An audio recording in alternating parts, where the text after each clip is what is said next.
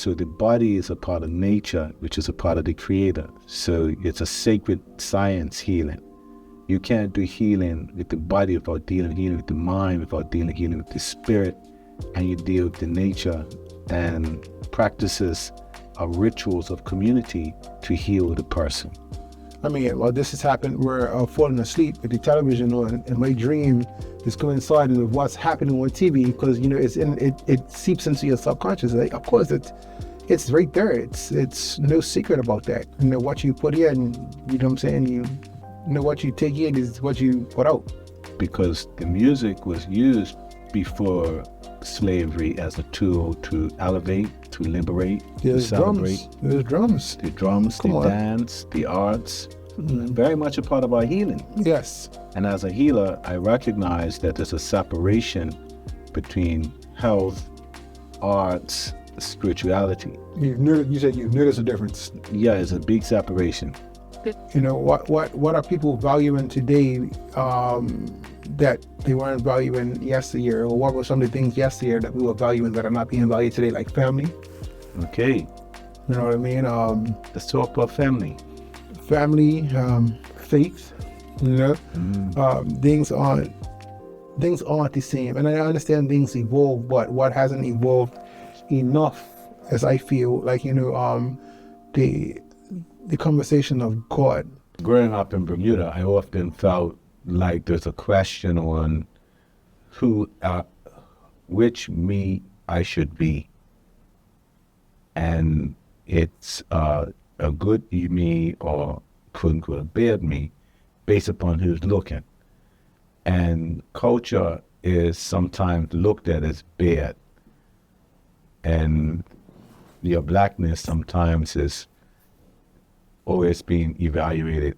Can you be too black, or should you dumb it down a little bit? So trying to find your voice and your authentic manhood. It's always something you're wrestling inside with, but you're not talking about it. For me, that's been my experience, and I'm sure you who are listening have to negotiate with your authentic self and your necessary self, so that people don't misread, or it may cause you to lose a job, or may mess up an opportunity, or may threaten a powerful person. And so that kind of dancing around identity, I thought I'd bring somebody, probably the best person in my friend circle, who can discuss that dance that black males in particular, or just like culture, has to deal with. Because arts is often the way you break free from the empire to express yourself. The rage can be played out in arts.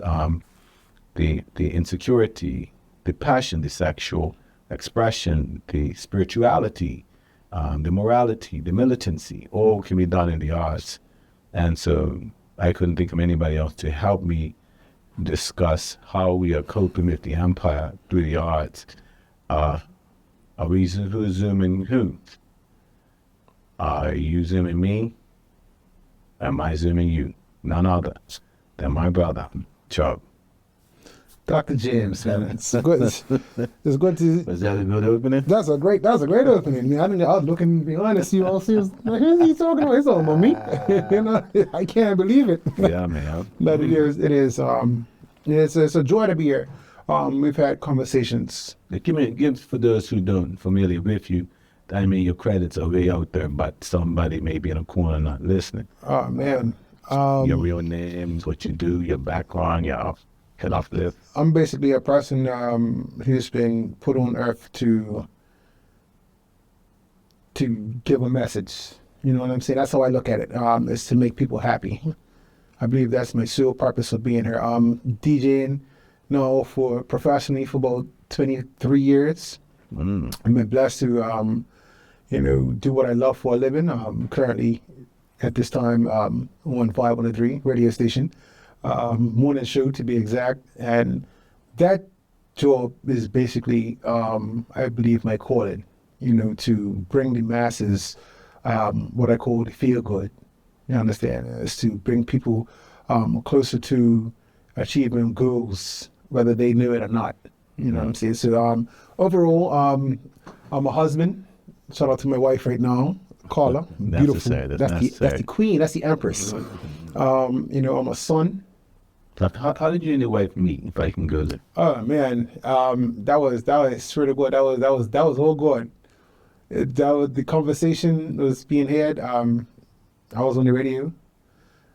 She had called in for to win a CD.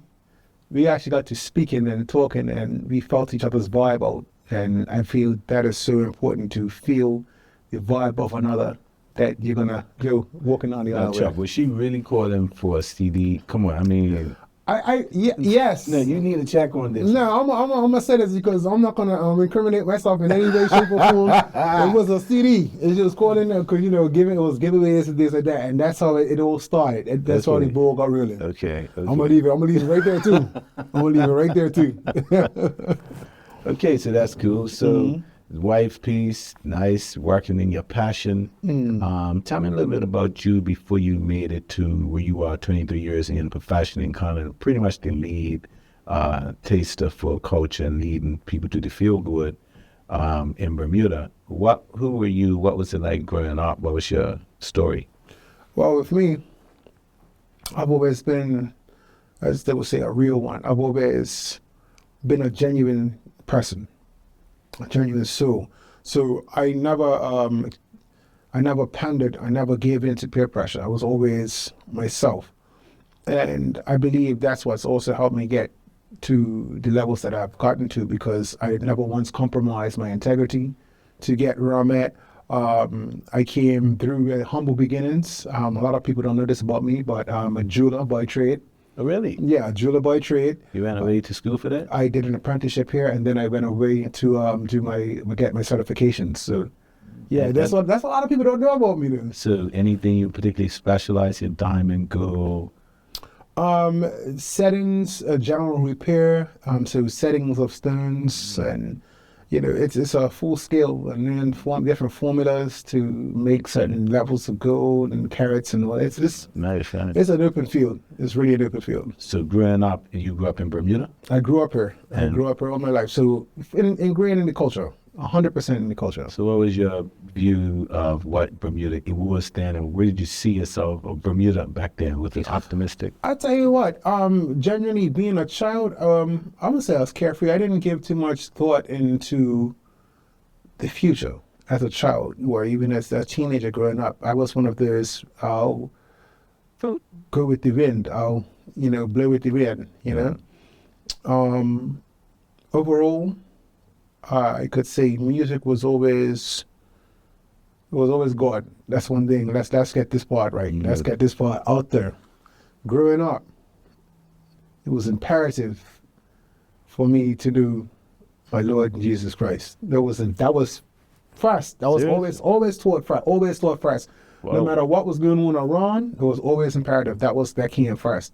And of course, love of parents and all that. But I had a genuine love of music. It was nothing that could be explained.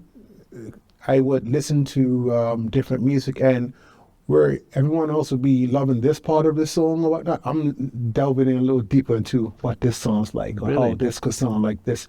And that's, but, I would say it was like a foresight of me becoming a DJ or entertainer in that. Did you ever play instruments or anything like that? Man, I played piano for about 6 days, and then that was it. Always had a genuine interest, to get into being a musician, a full-on musician. As a matter of fact, no, I'm actually in drum lessons with, shout out to my friend Troy Washington. You're taking drums, percussion right now? Percussion right now, learning how to read. That was one of the most important thing, rather than sitting behind a set, is learn how to read music. So at this present time, that's what that's a skill. That's part to you, man. Yeah. Developing, cultivating skill. Yes, That's real cool. still is like you never stop learning. You never. I would think you do.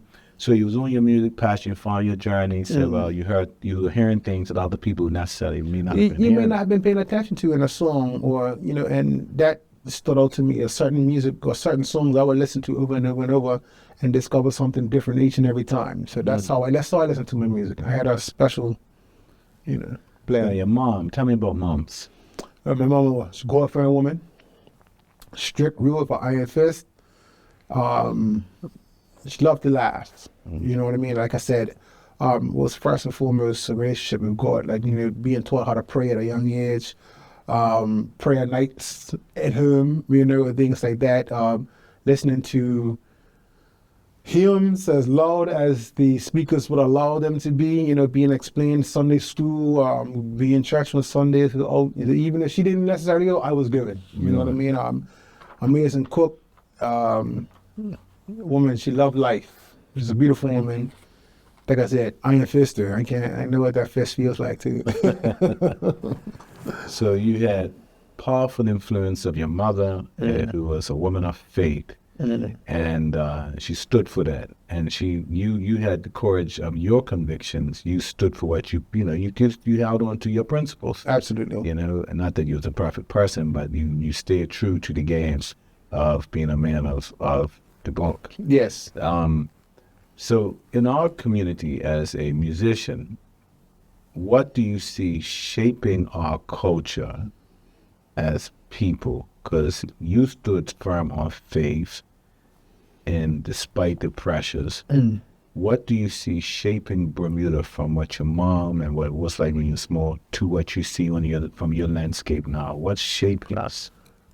Well, I would just say us, you know, with Bermuda being so small, you know, and so many different influences, outside influences, you know, and that's with everywhere because, you know, we've been told on a social level, we've been made to, I mean, it started before social media because think about how, you know, men and women were taught to be, you go to school, get a degree, get a good job, be married at this age, and this. So it was always like social, I would say social pressures, but this is like a social guidelines of how life's supposed to be lived, right? And that came as us as African descendants that would have come from our parents. Right. And I'm happy you said African descendants and not slaves because too often when we talk of those from Africa, we instantly say slaves. No, that plays a part into certain ways of the way the mental is shaped, or the way the culture's been shaped. You know what I mean? Because those who were stolen from their homeland and brought over to learn and adapt to a new culture, that is something that's been evolving from that time. And you've seen that. It's something that's constantly been evolving. Like, so we take these group of free Africans, chain them, have them living in conditions that isn't fit for any human being. Let's talk about some of those conditions. Right. Yeah. So you want to know a little bit more about this because no, yeah, you're right. And when we look at the story of Mary Prince in Bermuda, it's a wonderful autobiography of a woman that shows the conditions of mental, physical, and moral cruelty. A woman being beaten because of her ironing weren't quite right, or because she weren't doing the work that the people who was running her life, the slave master in Bermuda, in Devonshire, down by the pond, wanted. And the man could take and beat her on her back with his hands, with a stick, until blood starts coming out of her back. And of course, she would want to run away and get away from those conditions, only going into the hands of other people that saw her as a property and a thing. That's just one woman's story of not 10, not 100, not 1,000, but thousands of people, not for 5 years or 10 years, but 10 years, more than hundreds of years of living in this condition. No reading allowed, no freedom seen. In this, the culture is being shaped by Christians who now were pushing their religion at that same time so that she can get to heaven, but not delivering her from this hell. That's not an American story. That's an autobiography of a Bermudian woman who represents the environment that shaped us today. We need to kind of pause on that every now and then and say, who's shaping us now? Because before they came, the slaves, they were free, they sang songs, they worshiped their creator, they were in nature. They were sophisticated. The societies in Mali and Shanghai, the Timbuktu, these universities were very profound in science, medicine, literature, politics, doing their own thing. Understood nature as their friend, and spirituality was a part of who they were, and then forced onto ships physically, and then shaping their minds religiously, and denied education, and forced to iron and to do things for other people. That's not one country either, and that's Jamaica, that's Haiti, this is going on in Brazil, this is going on around the world.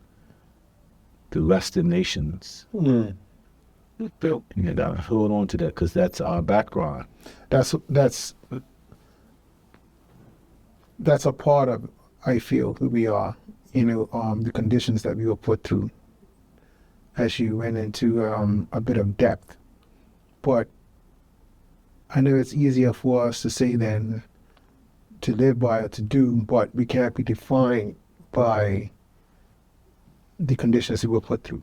We can't be, because if you think about it, if we were to take those wretched conditions and I would say just hold on to it, that's what we're about, that's where we're from, we will never grow as a people, because it's all about a mental as well. So she was able to resist. Right. That's what I'm hearing you saying. Yes. So how did she resist? You know what I'm saying? Because that is not that's not all we were. That's exactly. That's the point I'm getting to. That's not all we were. But what was that something that made us different? Because that resilience. Well, you said it. You mentioned it for those who are listening. It was the spirituality. It was, that's where we're from. That's what you got back to. That's spirituality. The love of the land, nature. All of those things is what we genuinely come from. So that's what that's what we should be relating to.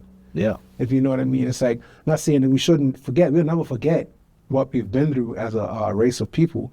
But at the same time, what we hold on to, like with me, talking from personal experience, like what helps me to thrive is to always remember the times, not any times that, have been down and out, but also there's times when the triumph at the end of it all. It's the triumph. It's where you get through afterwards. But can you deal with the triumph if you don't deal with the tragedy? You have to deal with the tragedy too. Right? You have to. A lot of times we're trying to gloss over the tragedy because we don't want to hurt other people's feelings. No, but you can't want to get stuck in the negative. You can't afford to. Hey, at time if like, if you're being selfish, sometimes you have to understand. You have to. People's feelings are gonna hurt. Yeah, it's gonna happen. The truth. The truth hurts. Robert Nesta Marley said it, like growing up, listening to it and not understanding it. Also, the truth is an offense, but it's not a sin. So the tragedy, the triumph, and the truth. Tragedy, triumph, triple T. So we need all of this, right? You need them. But beneath the tragedy of her back being stripped and whipped, there was a truth that allowed her to triumph. Now, as we look at us today, people are still triumphant. People still sing, but still doing our things. Some people are still actually progressing, right? What shapes us now? Because obviously we are free. We don't have chains. Nobody's beating our backs. No, we're not, and not in so many forms. Like, you think chains is a level of slavery still out there, and it still holds many. You understand? That's things that we've been programmed to accept, things that we are programmed to do without even knowing it. You know what I'm saying? Like, yes, that level of slavery is gone, but now it's like slavery to the computer age. It's like everything you do now, you have to adapt. If you don't, you're going to get left behind with the new age of media and everything. The new technology, everything that's technical. If you can't keep up, let's just say, prime example, if I didn't stay savvy with everything that's coming out, or not necessarily using or buying everything, but if I didn't know about new technology and things, I'm left behind. And now and not learning, I'm now stuck and I'm ignorant. Right. I'm not going to be able to move forward because I don't know how to move forward because I haven't been paying attention to. And that's where we are in the world. That's where we are in the world today. So a physical violence may not be there, but people can be affecting your arts and your culture in a way that they're doing a mental violence. Because the music was used before slavery as a tool to elevate, to liberate, to celebrate. There's drums. The drums, the dance, the arts, very much a part of our healing. Yes. And as a healer, I recognize that there's a separation between health, arts, spirituality. You said you noticed a difference. Yeah, it's a big separation. Whereas now, healing is more just, I'm like your body is a machine, and we just fix it. Whereas pre-Mary Prince, healing was your body as a temple, and you nurture it, and it's a tool to use to worship. So the body is a part of nature, which is a part of the Creator. So it's a sacred science healing.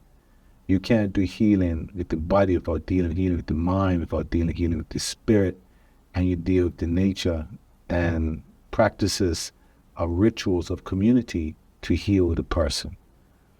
Now you just see the body as a physical object that needs a spanner, a screw, that can't keep moving. And now we've reduced it to be a product as opposed to being a person, to being a sepulcher instead of a sanctuary. So now the body is a box instead of a human being. And when that happens, you now deal with an entirely different situation. For a person like Mary Prince, she saw her body as a sanctuary. And Bermudians still like natural foods and like natural things. Of course. And music is a part of the healing. Very much. Food is a part of your medicine. This is a vibration. It's about now we're talking. I try to tell, I was just having a conversation not too long ago about how music is a vibration. You feel it. You know what I'm saying? So could you have good vibes? Of course. And could you have bad vibes? It's any rate. So let's talk about the evolution of music, because we're talking about pre-colonial Africa had music and celebration. We come during the times of slavery, and what's amazing is how the drum from the Gombe's has survived hundreds of years of slavery and still holding a liberating Very much so. Very much. I mean, you think of the music that is dear to us, especially in the Western world, reggae music. Talking about mental, it came from ska to rock steady. I'm sorry, from boogie woogie to rock steady. Yeah, slow down. Now, you're out of my department. No, I'm just taking you through the evolution of it. What was the beginning of reggae music? It was, I would say, mental. It was a style of music called mental. Of course, but the conversation that does not had often enough, not too long ago, was a debate over Afrobeats and dancehall, Afrobeats and reggae music. And I get annoyed when I see this type of debates come up, because at the end of the day, the music all comes from the exact same place. And where's that? That's the motherland. From Africa. Yes, it all comes from. And I always say this, it's like you have all the different places in the Caribbean. It all depends on where the boat stop. Right. So we've got to get to that connection. It's got to be connected. It has to be connected. That's it has to be connected. There's so much divide. Okay. Africa unite. Yeah. Bring it all together. Because our people were, like I said, but as you know, our people were stripped from here and then they were dispersed all throughout the place. Like at the end of the day, we all come from the same homeland. So do you then agree that while we are divided, we are united? At the very same time. And we focus on what unites us. Take that mask off, or take that shield or whatever that's blocking everything off. Take that away. You take that away, and then everyone will see like, oh wow. It's like when Eve bit that apple when she was the person. I'm gonna leave that one. No, this is yours. You can preach your sermon. You're not coming for me with that one. No, I ain't coming at you. No, I'm not you. I'm talking about this. What he said about Eve, it's obviously woman's fault. I'm not saying when she had bit that fruit, right, and her eyes are open. Okay. So it's like that's what it's like. Everybody needs to take a bite of something. just to see, like, oh, we are united. Right. We are united. Man, didn't see it all this time. You were blinded. So somehow we have been blinded. Is it intentional? I would, you know what? I would say yes, without getting too deep into with people looking at it as, oh, here's a conspiracy theory. Yes, of course, I would say, like, I mean, you have to be held back. It was part of the way of holding us back. That's why we couldn't learn how to read. Well, if you were denied the privilege to read, that was not passive, that was intentional. That's very intentional, right? If you denied to get a mortgage, that wasn't passive, that was intentional. If you denied opportunity to getting your jobs that didn't do well, that's intentional. And the intention is for empire to make money. It's not even personal, it's really profit. There's all profit at the end of it. Right.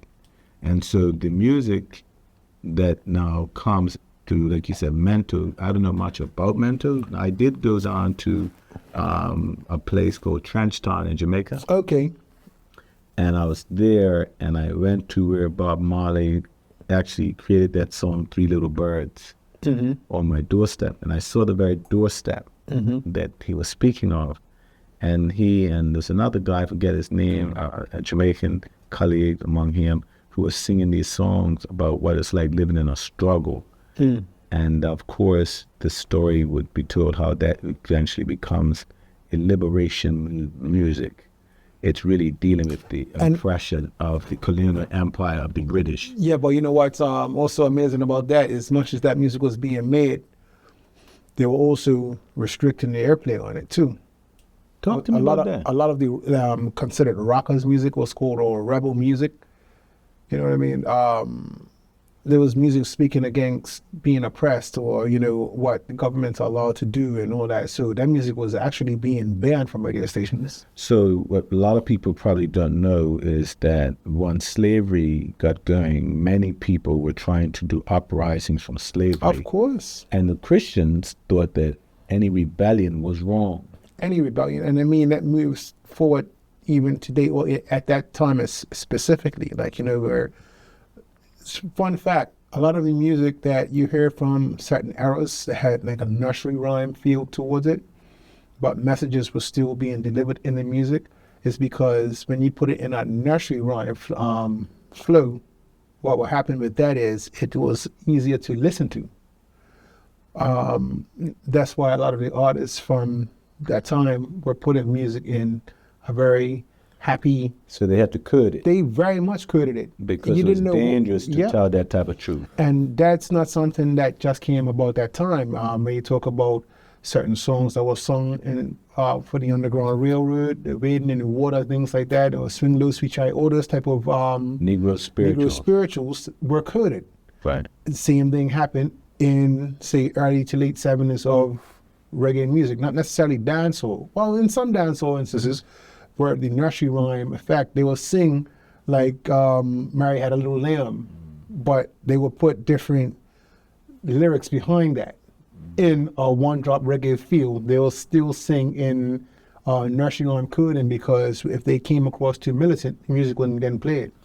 And that's what drove a lot of people towards it, because when you tell people they can't have something, they're going to want it even more, right? You know what I'm saying? Like, don't, because that's not what you should be listening. You should be listening to this. So people's like, oh, I want what you don't think I should be listening to. So the music was really a tool for freedom. It was a tool for freedom. It was also a tool for peace, because at the times, especially, you know, in Jamaica with the, you know, I don't know if you're familiar with, you know, with Bob Marley getting shot, with, you know, a political party attempted to use him and all their rallies and stuff, but it wasn't actually so. Things like that were happening. So a lot of political unrest was happening. So also these artists are like, ew, you guys are turning up the place. Parties are turning up the place. So they started making music to calm and suppress the political anguish that was happening as well. So music is a powerful medium. Music is is a world language. Mm-hmm. You think about it. Music is a world language. Next to country music right now, reggae music is the biggest music in the world. You are more powerful as a preacher and a doctor No, listen, I listen. ain't sat down in the books for a amount of time like Dr. James. But Right? you're healing people through the vibes. Mm. You're bringing mental release. And then on terms of preacher, you're preaching a message, whatever the message is. Yeah. If that be the case, and it has always been the case, that music has been a medium to heal or to spiritually empower, the person that controls the music controls the masses. Yes, really. But then it's a responsibility too. It is a true responsibility to be able to control. When I say I don't like to work control. Influence others. You know what I mean? And I do it for my own peace of mind. Almost like if I'm listening to, like I said, it's all vibrational.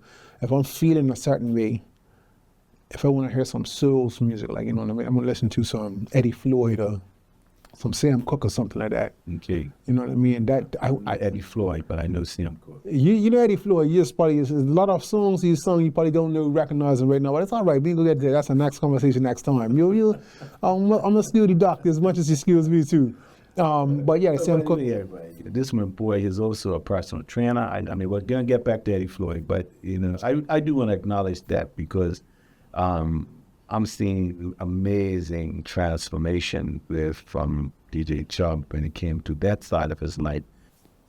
Can be trusted. I mean, because it's our culture. Back to the idea of music and culture, and trying to find which me I'm gonna be, and trying to find your group identity, right? Because that's a huge thing for people of our background. And music has always been to reinforce your identity, send the message, but also keep the members tight. Yep. And we trusted the instrumentalist, the musician, that they had some consciousness and some spirituality, that they're not going to guide you the wrong way. And we look at young people, old people, or our people, where the messenger, the music is now took over by money. What are the new values? What's the new values? My goodness. I mean, what are people? Where is this going? What's happening? I mean, you know what I'm saying? I get it. No, I 100% get it. It's sort of like, what are the new values? You know, what are people valuing today that they weren't valuing yesteryear, or what were some of the things yesteryear that we were valuing that are not being valued today, like family? Okay. You know what I mean? Let's talk about family. Family, faith. You know, things aren't the same, and I understand things evolve, but what hasn't evolved enough, as I feel, like, you know, the conversation of God. Now things are happening, but they're also not speaking of God in a light that saves. Is becoming more of like a trend. People, it's a trendy situation now, if you understand. Like, once upon a time, I mean, well, like I said, we've evolved in some in instances. I remember when I was a child growing up, you know, a Christian, that straight and narrow was a real thing. Like, you didn't do anything outside of what you're supposed to do for church. You didn't drink, you didn't smoke, you didn't say curse words, you didn't do anything. You were so afraid of living outside of that godly manner. Now I want to explore that a little bit. Before Christians came to Africa, do you think we were fearful of God and found ourselves strict and rigid? The pre-Christian Africa. Because we're dealing with people who now have found Christianity and trying to do the rigid thing, or what they've been forced to follow. Forced to follow. Yeah, you got those who are forced to follow. So I'm gonna take this holy word, and what they've done is they demonized it to have people follow a group of people, not just one or two people, a group, a nation of people follow. And we're going to rule them with fear. This is how we're going to want to take this part of the Bible, take this part of the Bible, because nothing was broken down. Right. It was slaves honor your, you know what I mean? That's Yeah. what, So they- it wasn't, they- that wasn't broken down. They used, I mean, I'm going to use that right now. I'm going to use that right now because I want to. So there's a writer named John M. Beatty. He's an African scholar, and he says that we as Africans are hopelessly religious. He's saying it tongue in cheek. In other words, because we are of faith and we want to please our God, it was easy to take religion and trap us. And the conditioning of the mind to get you to see God as distant and fearing him, as opposed to seeing God as close and having faith in him. They took and played a mind game. So you did talk about you grew up with a type of religion that you generally wanted to serve God, but it was oppressive religion. And you mentioned sometime before, you talked about church hurt. Could religion also, like music, have been in the wrong hands and cause us to even run from it? Well, in this case, right, you know, you've heard too much of anything is not good for you, right? You know, I'm not saying you can never have too much God, and God's the reason that we're even here right now, breathing and speaking to each other, so it's never too much God. But it's the way certain messages are delivered. So it couldn't be too much reggae, it's just how it's being delivered. It may not be too Absolutely. much dance, or maybe how that is actually delivered. How it's delivered, you know. So who's controlling this stuff is the question. Like who was controlling the religion? I'm Talk to me now. I'm gonna say the industry. Okay. I'm gonna say the industry. So Everybody, I'm gonna say the industry. The That's industry all. could be religion. We don't the end the industry industry. could be music. Right. The industry is some people who have their own personal aim. That just like slavery was an industry. An industry. You made how much millions? Trillions. Trillions. We haven't even begun to estimate the impact. Even if you did the numbers from back then to now, trillions. So I'm down in Brazil, and I'm watching these people play this drum and singing, right? All down the place called Bahia, El Salvador. Then I'm up in Ghana, Accra, and I'm seeing a similar thing. Then, of course, I go down to South Africa, and I see something happening there. Then I'm in Zambia. Then I'm in the Tukshantas, to Namibia. And we're seeing that there's something alive in the people's consciousness of the Creator despite it all. But then somehow with the religious side, they cut that off. And they have you on lockdown, like you said. That is an industry that controlled you through religion. And that industry went out of business and was replaced by another industry, which is the culture of slackness. I'll tell you, and all I said was industry. That's all I said. No, because you brought that to my mind. Slavery was an industry, Christianity is an industry, education is an industry, and now you're telling me the music, hip hop, secular culture is an industry. Who is controlling these industries? Because we ain't making no money out of it. Like about 1 in 100. Well, not when I say one, that's a bit flighty with the number, but we don't earn it. And is this industry making us healthy? No, it's not. There's so many faults within, and when you listen to some of the music, you question and like, what is? I find myself doing that. Like, what is this? Not because the cadence or the drum beats or patterns off, it's the message that's being relayed, and you just like, what is it? An attempt to use music to send a specific message, just like education was used to send a message? Of course. Christianity was used to send a message. Could music be the last whip? Well, as I did mention, music is a universal language. It's universal. Like I said, that drum beat is known all around the world. Eastern Europe, in the Eastern, the Western, no matter part of the world you go, you know something about a melody or a drum beat. And when you look at the way things are delivered now, the way it's mass-produced now, the way the music is mass-produced, there isn't anything that you're listening to in that mass production that's like, that's uplifting. So, of course, all of that goes on to the masses regularly. So the people crafting these messages before were conscious people trying to either set you free. Well, they saw how powerful that positive message was. They saw how positive. Oh man, these people are starting to unite. These people are starting to think about. These people are trying to get together.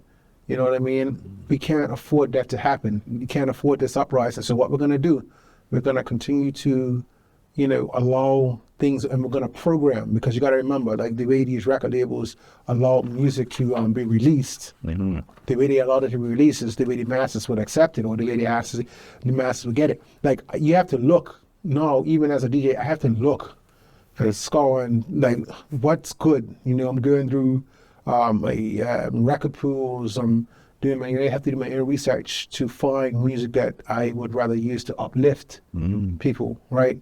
Compared to, I don't want to say it's garbage, but a lot of the music that is released that is easier to find, that's put right in your face, It's destructive. is more destructive. That's like, I'm going to take it to a health situation now. In certain grocery stores you walk into, you got a produce section that's the first thing you face, that you walk upon. And then you got your different aisles of your processed foods and your high glucose and fructose. You got all that, right? What sections of the grocery store occupied the most? Trash. Trash. So you're telling me that some of the music can actually affect you spiritually? It can affect you spiritually. If you listen to something that is preaching, lustfulness or hate or whatever, you listen to that enough, it becomes a party. You start singing it subconscious, you start dreaming it. It all happens. It's got that effect on you. It's amazing. One of the biggest movements right now is the movement of manifestation. And they speak that with words you speak, your words will go into your subconscious. And whether you're aware of it or not, while you're sleeping, your subconscious is organizing that material to manifest the very words. That's why the people say, bless yourself, don't curse yourself, speak positive things, don't talk negative things, because it actually impacts upon you and your vibrational frequency. And so if you're listening to a steady diet of music that tells a male he should be a woman that it's okay to treat your body like you're an animal, or man, you can abuse a woman, or you're going to shoot somebody or kill somebody, the unconscious mind is being assaulted and the spirit is being changed. And before you know it, you begin to act some of this stuff out. Do you believe that? I do. Subconscious. I believe I'm 100%. It's like what you watch on television. I mean, how many times have you, this has happened where I've fallen asleep with the television on and my dream is coinciding with what's happening on TV, because, it seeps into your subconscious. Like, of course, it's right there. It's no secret about that. What you put in, you know what I'm saying? What you take in is what you put out. Talk about leadership in our country, because you dealt with some very powerful things in terms of pre-colonial Africans use music and celebration. Where we come from, Africans went through a physical horror for hundreds of years in this country. Blood is soaking in soils with people who never got to their full humanity, while other people rode on their backs. Despite freedom, rules were put into place that we don't move in different locations, certain neighborhoods you couldn't be in, so you get fear. And you weren't allowed to read, so you were miseducated. And then when you were given opportunities to go to school, you were only trained, not educated, trained to do tasks, but not educated to be triumphant. You were taught the technical, not the tactical. Tactical, not the tactical. Technical, not the tactical, yeah. So basically, living in an island of 21 miles, no one knows we're here, and no bright light to challenge and transform. Not to be hateful, we're not asking to be warriors, to kill all people, but to restore the moral image of God and man, that we can critically think, we can be free of diabetes because we know what to eat. We can have families that sit around the table and enjoy each other. Our daughters can get married to our sons and be pure. And be nothing wrong with talking about virginity as something that God blesses and restores. But now we're living in a culture that not only has been captured on slave ships physically, on plantations psychologically, but you're telling me now through culture, through music, through media, we're being attacked morally. And what is the future and what is leadership's role in the country in terms of helping us navigate this? I feel that those who are in that position need to be aware, they need to be on notice of what is happening, the attack on moral fibers. And I think that they need to be genuinely aware of what's happening there. With so many things happening right now in the world. I mean, no one, like I said, we're all there by ourselves. I would say self-governing, but it's up to those who have that position of power to almost, I say, protect. The children of slaves. Protect. You know what I mean? It's not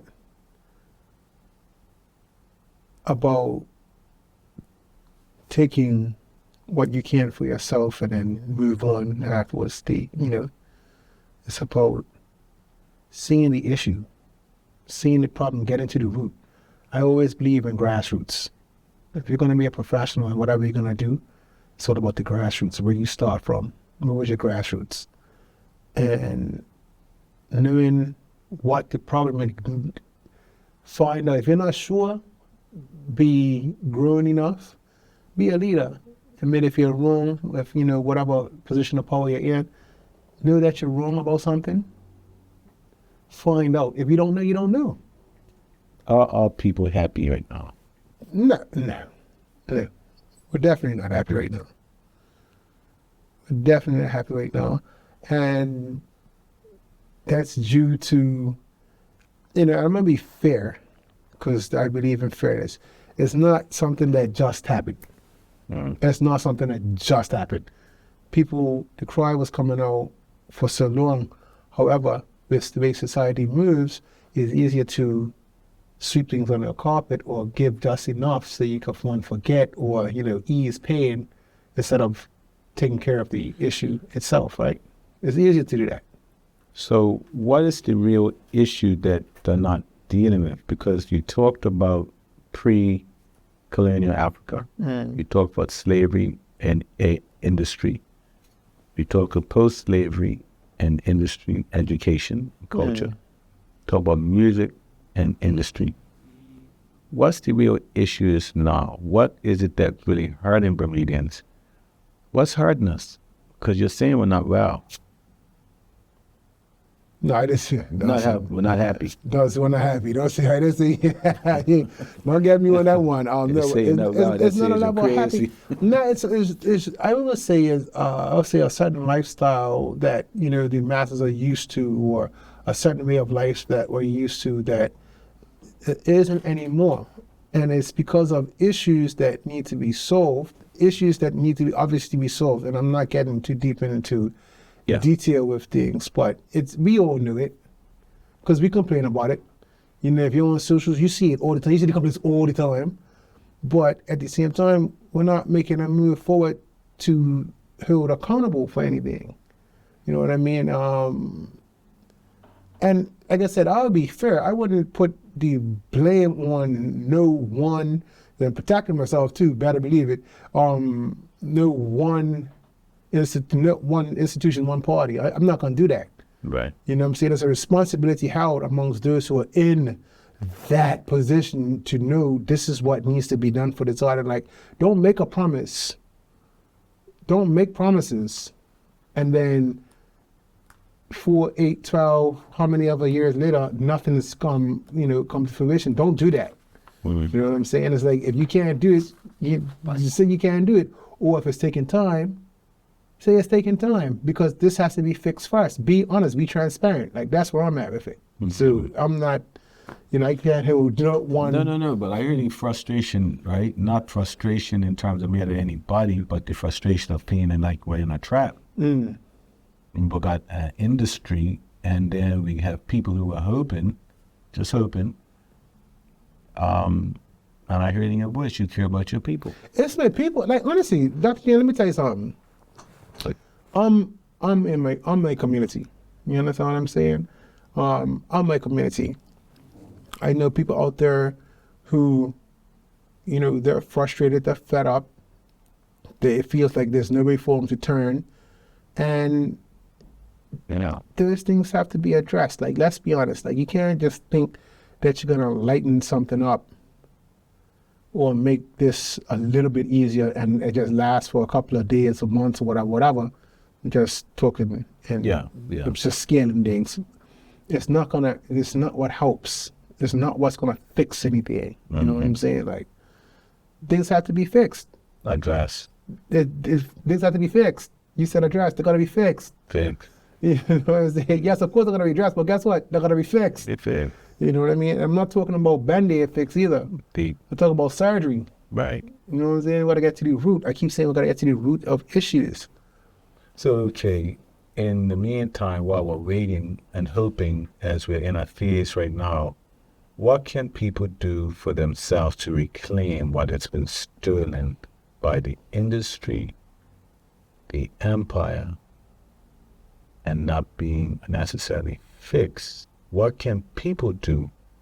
Because I mean, from my look, and when I put this message out there, I'm putting message out there, but in my opinion,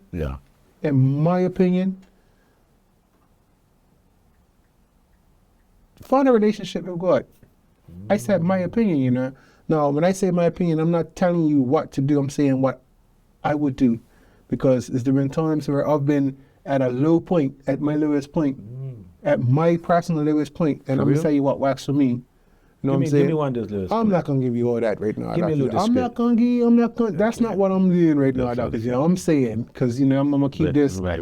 You But know at your lowest point. At one of my lowest point, I've had, and you know, and it's not something people may think, you know, in my adult life. Nah, my lowest point, like I said, if you're young, at a tender young age, having a relationship with God, bringing the door to my mama.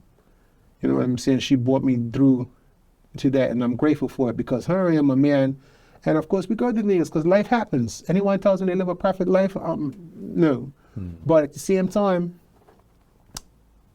a relationship with God that helps, knowing that my Heavenly Father is someone I can talk to when things said, because like as much as you know, Dr. James is my mentor and whatnot, I could speak to you, but the conversation I have with you, yet say I'm a man, but when I talk to God about something and hear his voice and listen to him and, you know, get down in meditation, knowing that can be fixed. Wow. When he tells me, don't worry about it, you could tell me don't worry. Hey, don't worry about it. I'm going to worry about it. You know what I mean? But when I put it in God's hands, right? And I put it in God's hands, he says, I got it. Good. Do what you need to do. And then keep it moving. And then there's a relief that comes over knowing, and my faith in knowing that that's what's going to carry me through. You know what I mean? So what I would tell people, like, you know, people look in the mirror, and like I said, it's my opinion. I don't want nobody out here saying, he's trying to push me into the church doors. No, I didn't say that. What I said was, my opinion is give God a little conversation. Like, you know what I'm saying? Talk to him a little bit. I want to let you know you are still carrying the message of those before the boats came. Before the boats came. Before the boats came. What the empire and the industries tried to do, you are still telling the message. And I want to let you know that I want to acknowledge you for that. Thank you, Doc. The message hasn't changed. It hasn't. It's the truth. You're doing your job. You're on your tools, Joe. Hey, that's what. That's why I tell you, he put me here to, you know, make people feel better. Like, you know what I mean? And it's a genuine exclamation right there, because that's what I do. You understand? It's like, I know, you know what I mean? God gave us his only son to go through earth and learn and know about temptation and know about getting whipped and know about healing and being a person, just a genuine person, in general. You know what I mean? He put us there. He's been through as much as he's been through. You know what I'm saying? I mean, we're going to talk about 3 days later. We're going to talk about what he went through for the time that he was on earth. Like, you know what I'm saying? So he knows. So everything that we've been through or think that we're going through, he's been through it. And I can talk to him about it, and he understands. And I could continue making moves forward. And I still make moves forward. You know what I'm saying? He prepared a table before me. You know what I'm saying? Hey, You know that appreciate table? that. No, I ain't doing all that. I ain't doing all that right now. You know? That's a next tour. You know what I'm saying? That table before me, any presents. You know you make some bring any presents off. You Bring know that what I mean? thing up. Bring it You up. know understand? So, you know, I'm her. You know what I mean? And that's the genuine message that I have for my people. You know what I'm saying? My people, my community, everyone out there, you're going through something. I know it's easier said than done, but, you know, life is easier said than done. You got to keep making moves. And the way you continue to move and the way you continue to thrive is by putting your trust in the Heavenly Father. And that's where I stand. Now, some people are like, I don't deal with all that child. That's on you. That's you. I'm not here to judge. I'm not here but I'm just saying what works for me. Powerful. It works for me. And that works for me. All right. There you So go. that's two or three are gathered. Hey, it's right there in the midst. It's somewhere on it. You know what I'm saying? It's right there in the midst. This was awesome, man. Hey, y'all know this was beautiful. We took a journey from the shores of Africa straight to Bermuda today. And you carried us with that beat. You kept that bass drum with a good bass stream. Drums the heartbeat, man. Yeah, you just kept it right to the end. And I want to thank you, man. I thank you for having me on this. This is nice. You know what I mean? This may be a different quarter for me after all. Who knows? You never knew. Hey, Who knows? all things are possible. All things are possible. Yes. Let's have a word of prayer. Heavenly Father, thank you for the ministry and the drum beat that came from Africa straight through to today. I heard it in its heart. Bless us that we can help others with the same message here now.